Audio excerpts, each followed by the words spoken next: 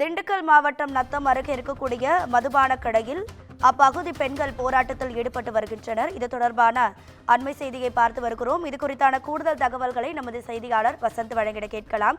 வசந்த், வணக்கம். இப்போ என்ன நடந்துட்டு இருக்கு, உங்க விரிவான தகவல்கள்?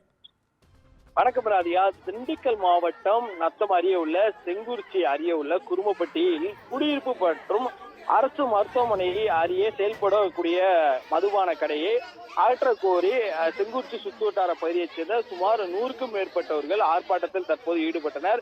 மேலும் குருமப்பட்டி பகுதியில் அந்த சில்லறையாக சொல்லக்கூடிய மது விற்பனையானது கடையில் செயல்பட்டு வருகிறது. இதை முழுமையாக சட்டவிரோதமாக தான் பார்க்க வேண்டும். சட்டவிரோதமான மது விற்பனை நடைபெறுவதால் பொதுமக்கள் அதிக அளவில் நெடுஞ்சாலை பகுதியில் இயங்குவதால் ஆங்காங்கே வாகனங்களை நிறுத்திக் கொண்டு இடையூறு இருக்கிறது போல், அதே போல் மதுப்பிரியர்கள் விபத்தை ஏற்படுத்தி அதிக அளவில் விபத்தை ஏற்படுத்துவதாக புகாரான தொடர்ச்சியாக அவர்கள் வைக்கின்றனர்.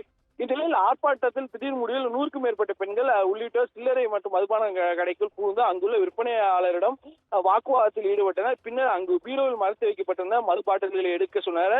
இதற்கு அவர் மறுப்பு தெரிவிக்க நிலையில் அந்த கடையில் விற்பனையாளர்கள் ஆண் மற்றும் பெண்கள் தொடர்ந்து வாக்குவாதத்தில் ஈடுபட்டனர். சிறிது நேரத்தில் காவல்துறை வந்தவுடன் அவர் தப்பி ஓடிவிட்டார்.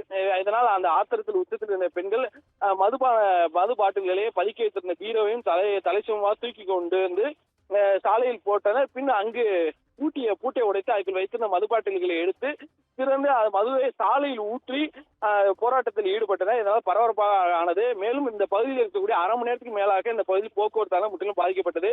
இதையடுத்து காவலர்கள் சட்டத்துக்கு விரோதமாக மது விற்பனையை நடத்தி வரும் அலெக்ஸ் என்பவரை காவல் நிலையத்திற்கு அழைத்து வந்தனர். இந்த போராட்டமானது மிக எதிர்பார்க்காத அளவில் அந்த சட்டவிரோதமான இருக்கிறவருக்கு எதிராகவும் அந்த அரசு மதுபான கடைக்கு எதிராகவும் நடந்ததால் ஒரே பரபரப்பானது.